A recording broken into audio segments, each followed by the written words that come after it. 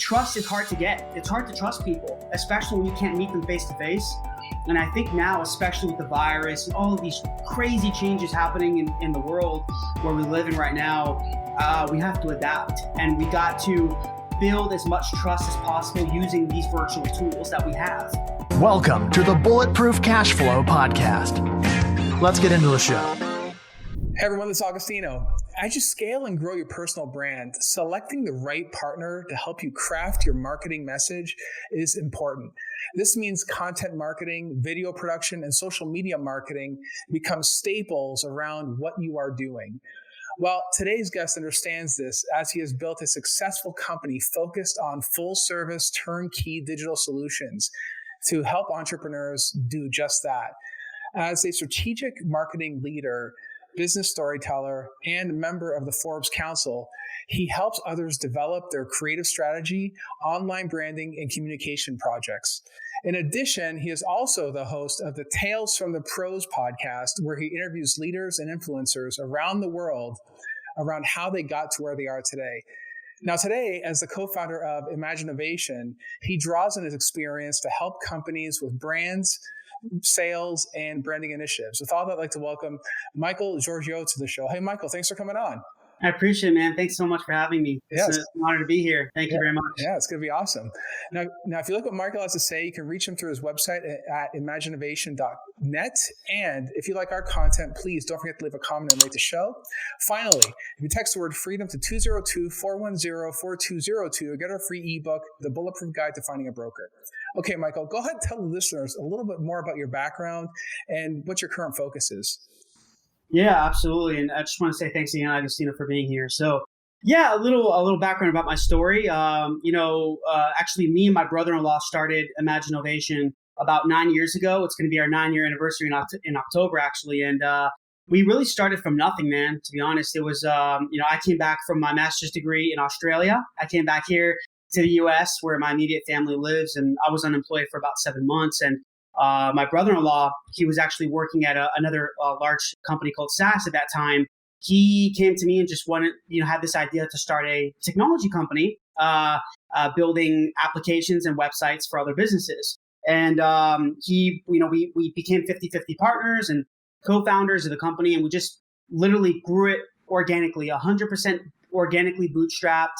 And we started from the ground up, just never gave up, persevered, went through all of those struggles that entrepreneurs go through, like the real struggles, real stuff, and just grinding hard. And we were able to, I believe it was 5 or 6 years later, I think it was 5.5 years later, we were able to get to become a 7-figure company, which was cool. And it just it made our story that much more interesting. We just basically reinvested all of our time and money and resources back into the company, and just grew it naturally. And we came from we built a really good foundation of the company in terms of not requiring any funding. We didn't get any funding, no bank loans, nothing, and it was just all doing as much marketing as we could, and giving back to our audience, growing our brand locally here in North Carolina and in the Southeast region.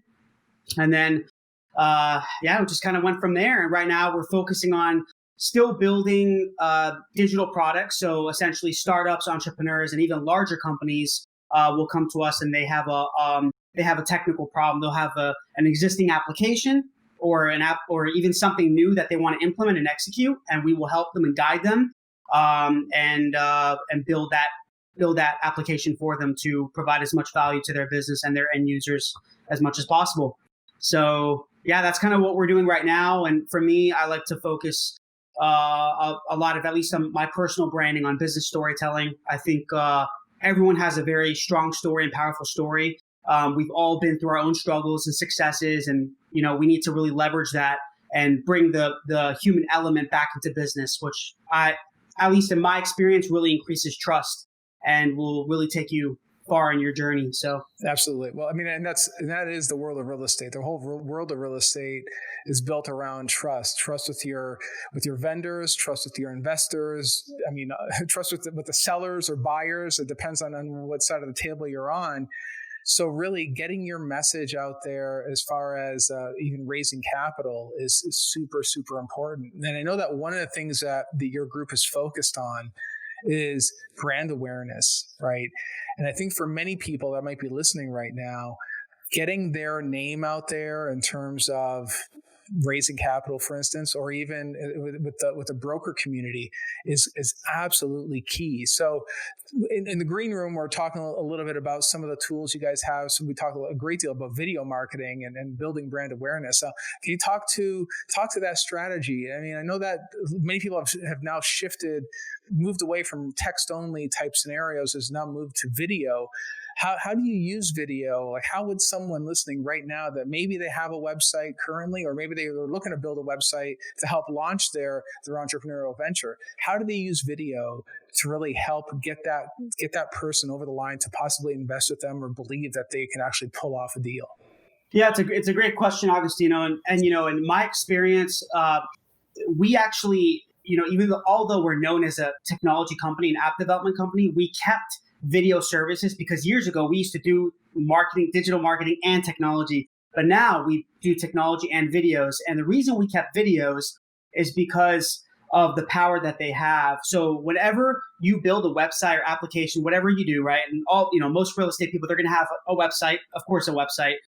They need to have some sort of digital resume or a digital presence.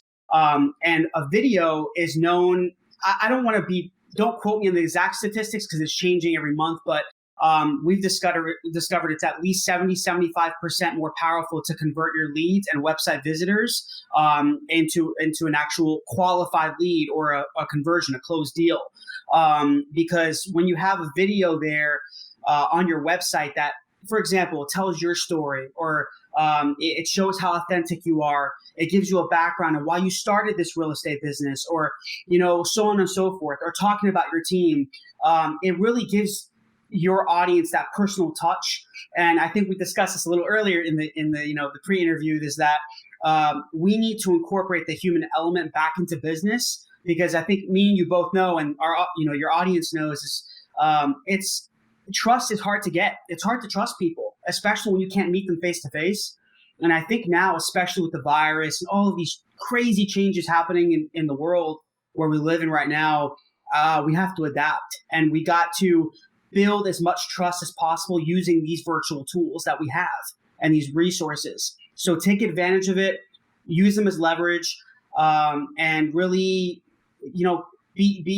take that urgency and initiative to build your digital presence. And so when it comes to videos, there's a few different things that work. You can incorporate either actual video production, where you can actually film, the video yourself and on your iPhone, which is what a lot of us do, and it's cost effective, or you can hire a video team to do it. Or what you can do is even incorporate some motion graphics animation in your video. So when you film, when you have a video guy come and film you and your team, for example, you can incorporate some animation in the video that talks about your real estate process, for example. And what that will do is that will increase engagement. So you don't want someone to just watch 5 seconds of your video, 10 seconds, and then leave. You want to keep their eyes on that video. So those are some things that we've done that have helped us. And quite honestly, Agostino, what's worked for us is it's not necessarily the videos talking about your company per se in terms of like the services or products that you offer, because people don't want to be sold all the time. I think they're tired of it, right? Do you ever go on LinkedIn and you get all these messages on, it's just so on. Oh, dude, it's insane. It's crazy, man. My favorite one is the one where they will message you and say, "Hey, you keep coming up. We should connect." And you connect, and as soon as you hit connect, they follow up with a pitch that you don't want to hear in the first place about something that's totally irrelevant to what you're doing. No, I understand, and it just. And it goes back to at least the entrepreneurial mindset that don't expect return or results overnight. That's some of my biggest advice. And I know we can talk more about this in the end, but that comes down to when you're promoting yourself and you're marketing and branding yourself and your company, don't do it with this sense of, hey, I'm trying to get business right now. I think we all listen to Gary Vaynerchuk all the time and all these other people, right? But some of them have they have great concepts. They really do. And the insights that they're providing is you have to be patient during the process. Just keep putting videos out there, keep promoting yourself, but do it in a way that's going to resonate with your audience. Give feedback and insight and education to your audience. Tell them why, for example, why funding is important in real estate. Why is that important? Maybe people don't know.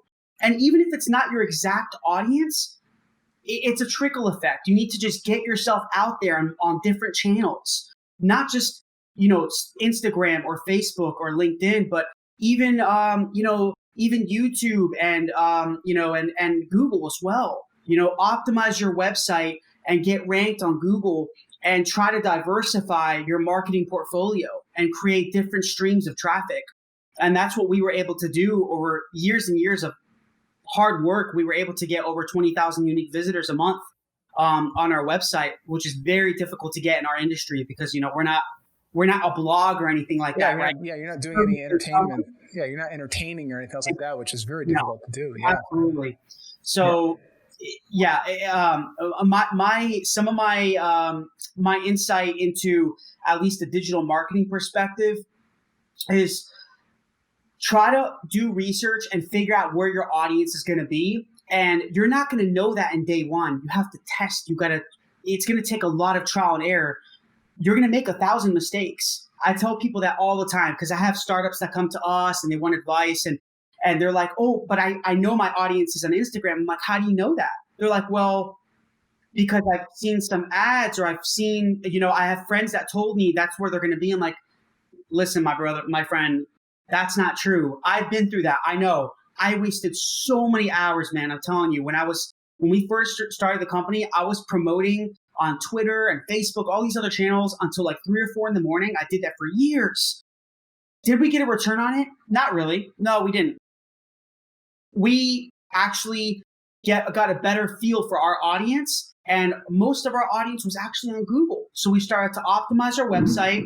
I think there's a thunderstorm outside, but yeah, we used to optimize our website and we would target accordingly. And there's a lot of resources out there in terms of how to really do search engine optimization. A good resource is Neil Patel. Google Neil Patel. He has everything there. Or Rand Fishkin. He's amazing. Check out his stuff. And they'll give you a lot of guidance from step-by-step approach on how to really optimize your website, especially if you're a startup. And over time, you're going to start to rank higher on Google for targeted keywords that people are searching with the right intent. And then you're going to start to get a lot more traffic to your site.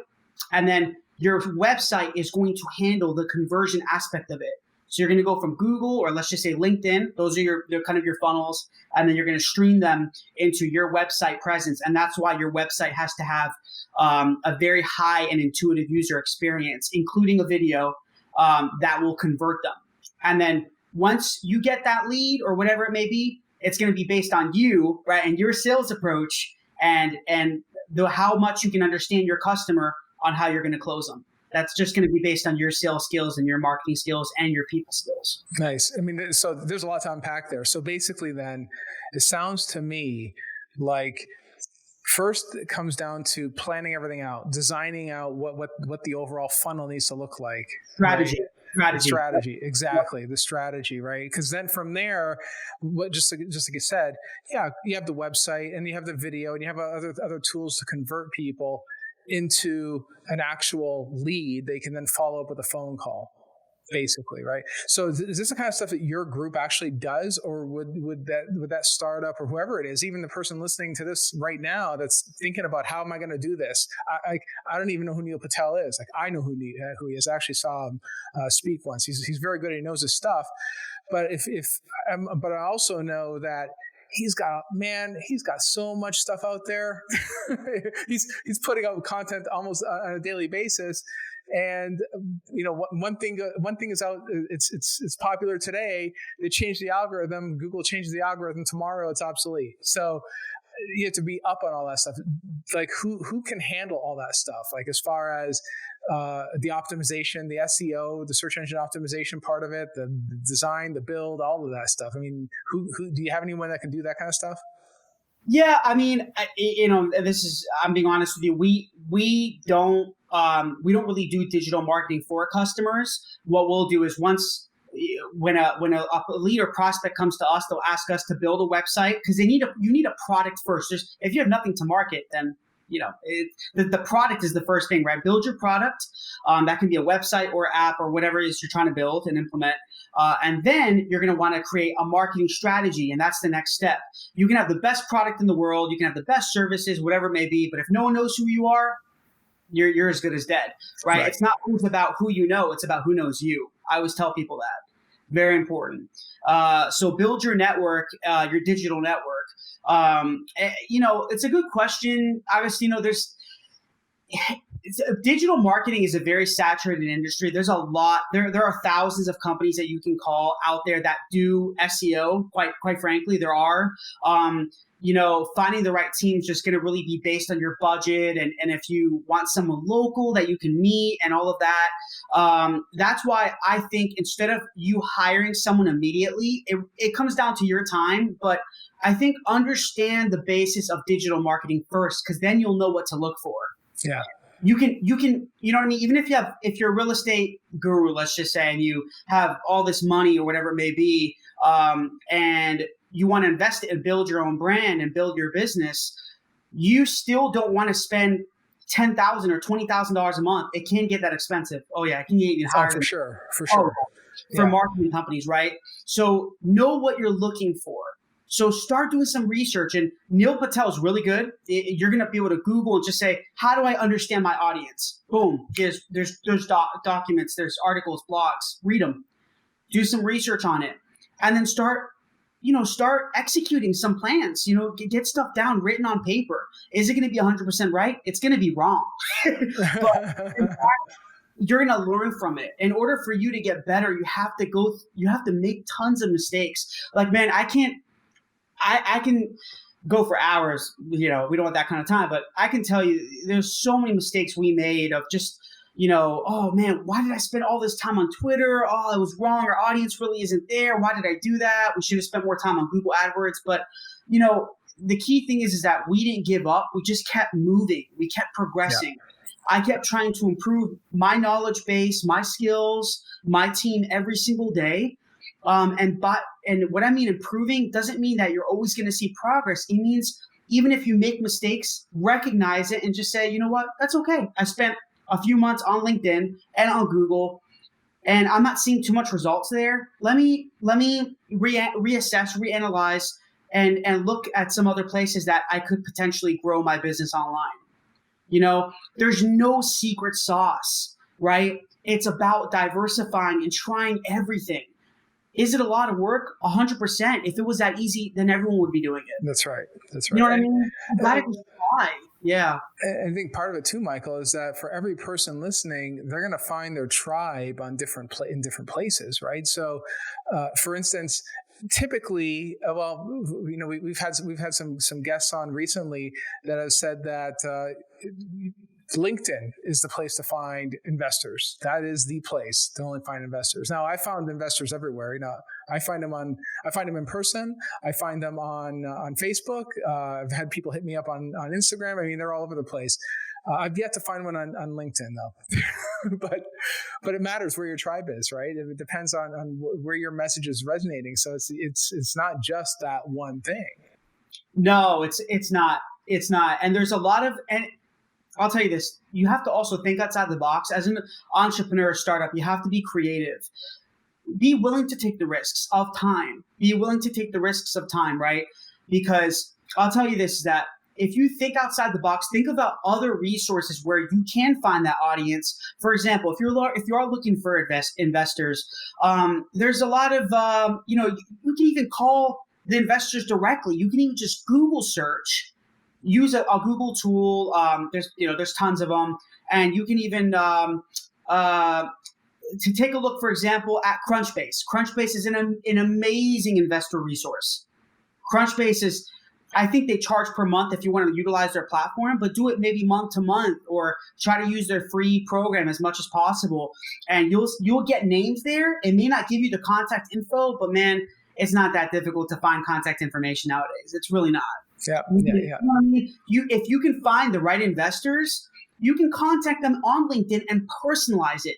You don't have to automate it and send 1,000 messages. And these investors are getting so much crap on LinkedIn, you don't even know. They're getting spammed by everyone. I mean, me and you are getting spammed. I'm not going to. So. And you know what? And here's the thing, though, Michael, is that they're on LinkedIn. I'm on there because I want to get found, right? Clearly, if I didn't want, it's sure that the spam annoys me, but eventually one of these messages will resonate with what I need, and then, of course, I'll respond to the message, right? But Crunchbase.com is a super place to at least find people that have some personal wealth. They're not going to be friends, so.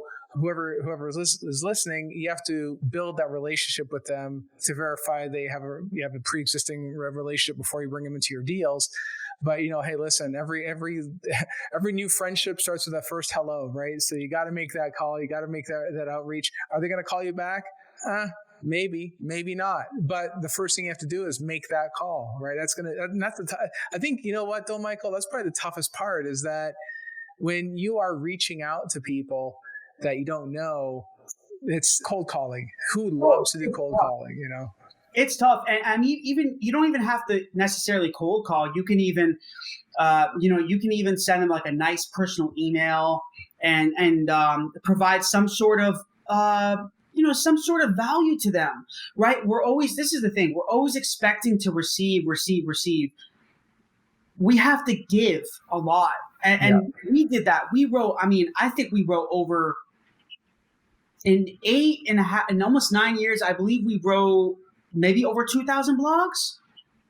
We wrote a lot. We try to write one blog a week, 1 to 2 blogs per week, and ebooks, like you talked about, and white papers, and just try to provide value and insight. Create your own content, put it on LinkedIn, grow your audience. You don't always have to expect something in return, right? I've been through that stage too, where you get demotivated, right? You have this instant gratification mindset, this quick results mindset, where we're always expecting something quickly. Man, this stuff isn't for everyone. You have to keep going at it. Stay consistent. Be consistent with your efforts over time. Even with you making mistakes and learning from them, you're going to make new mistakes, but keep trying.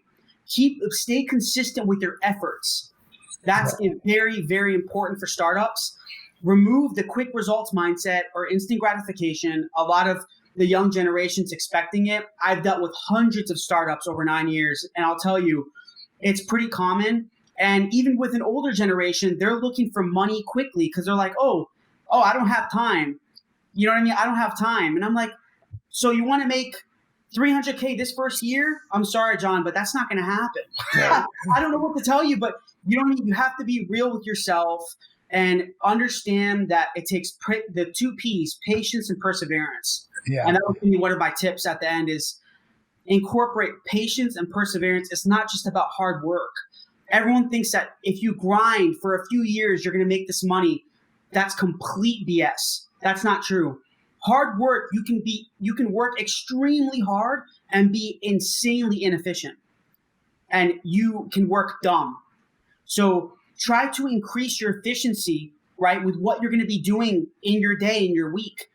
Take some time for yourself to assess what you need to get accomplished for your day and your week or your month and your future, and try to prioritize your tasks. And you're going to make mistakes along the way. That's just a part of the journey. But you got to be willing to make mistakes and just keep moving, keep going. Yeah, and you start to see results. You will. Yeah, and I think that's probably the biggest problem is that for many, many folks, especially people that are just starting to get into this business, they're expecting, well, I just got my first property. Where are the millions at? And it never shows up that way. It takes a while to build the relationships, to build the relationships with the vendors, with the brokers, with the sellers, with all the people that are in your local area. That in itself can take a very long time. And that's one of the reasons why that perseverance is required. But you know what, though? If they don't know you, they can't flow you. So building that that personal brand, getting your name out there, getting the website up and running and performing everything you need from a marketing perspective to get in front of and stay in front of all of these local brokers is going to be absolutely critical. Absolutely critical. Right. And another thing I can tell you that's worked for us actually is creating a lot of thought leadership. So what I mean by thought leadership is podcasts. What you're doing with this podcast is amazing, and what I've done with Tales from the Pros as well. And stay consistent with it. Podcasting, you're providing free value. And it's such an amazing tool. If you think about it, me and you would have never met if podcast didn't exist. How would we meet? It's so difficult. I probably wouldn't see you on LinkedIn. You wouldn't see. It's just so hard, right? So this builds the connection and trust. And now I know who you are. You know who I am. The wrinkles on my face or something. You know what I mean? I could see you. It's cool. It's like and it's just another great resource and tool. But that's one aspect of thought leadership. Another thing, what we've done is the content side of it is writing. So don't only blog and write on your own website. Actually, what really works and what Google loves, I can tell you this, is writing for other publications. So like what we do, we write for Entrepreneur. As you mentioned before, I'm an author for Forbes. We've written for TechCrunch and VentureBeat and all of these, top publications in their industries where they get millions of users of traffic every month. Try to be authors on their platforms. You can find their email addresses and say, I would like to be an author. You're going to get turned down, of course, but try to find the right publications in your network, in your industry, and be a guest author. And you're going to create a lot of thought leadership, personal branding, and that also gives you a backlink to your website, and that's going to increase your rankings over time as well. Nice. So try to write publications. Now, do you have your own writers, or do you write, or do you have a ghostwriter that writes your stuff, or how does that work? I've written some of my own, but right now I usually I have a part-time writer. She will help us. She'll help us write some of our blogs and also write for some of these publications. And honestly, our writer, we got an amazing writer in India. We have a team here, and we have a full-time team in India, where that's how we started the company, because we were offshoring a lot of our development. We were able to just build our network over there and really generate some amazing resources and talented people over there. And I found a writer who writes for me, and we pay her well, but it's obviously a little cheaper than the US. But there's a lot of resources here in the US. You could put out an ad on LinkedIn or Indeed and look for a part-time writer. I mean, you can find probably a writer for $500 to $1,000 a month, and they could probably write one article a week for you. Oh, sure. Yeah. I think there's also iWriter.com. There's another one. So there's writers that bid for jobs similar to Upwork or these other things, same sort of thing. Yeah. Excellent. So now, what is that one last piece of advice that you would give to someone who's sitting on the fences right now? They're not really sure what they should do. What would you say to them? What I would say is, going back to what I mentioned earlier, is incorporate this mental, just this mentality of patience during the entire process, and then you're going to make a lot of mistakes. Just keep going. Don't be motivated. Don't be motivated from it. Keep going, and also with perseverance. And incorporating those two characteristics mentally is really going to help you a lot, because it's going to set yourself with the right expectations. If you are expecting something so quickly, you're going to let yourself down. And as I mentioned before, if it was for everyone, if it was that easy, everyone would be doing it. And another piece of advice I would say is incorporate your story. That's why I love storytelling. Try to talk about your story, even if you struggled or whatever it may be. And you don't have to talk about, personal stuff, even though some people do, and it works beautifully. But try to talk about, for example, like for me, I was bullied for 15 years. I'm starting to talk about that more, and that connects me to an audience, and they show, man, this guy's cool. I like this guy. I didn't realize he was bullied for so long, and that was a pinnacle turning point in my life, where I knew I was going to be someone. I was going to be somebody in my life, because I didn't let that destroy me. I kept going. So boom, you create that connection. You see what I'm saying? So incorporate your story into the process. and market it and promote it. There's nothing wrong with it, and do it authentically. Don't do it with this this approach or this expectation. Hey, I need to get 500 likes on my post, and I need all of these metrics, and don't forget about that stuff. That's going to take time. So try to have the right intentions behind what you're doing and expectations. Yeah, well, because just like I said, that investor is investing in you and your message. And if they like you and your message, it doesn't matter how many likes you have. I mean, there's like farms, I think is what they're called, where they just like any photo, whatever the case may be. People are investing in you and your message, and that's really what they want to hear. So, excellent advice.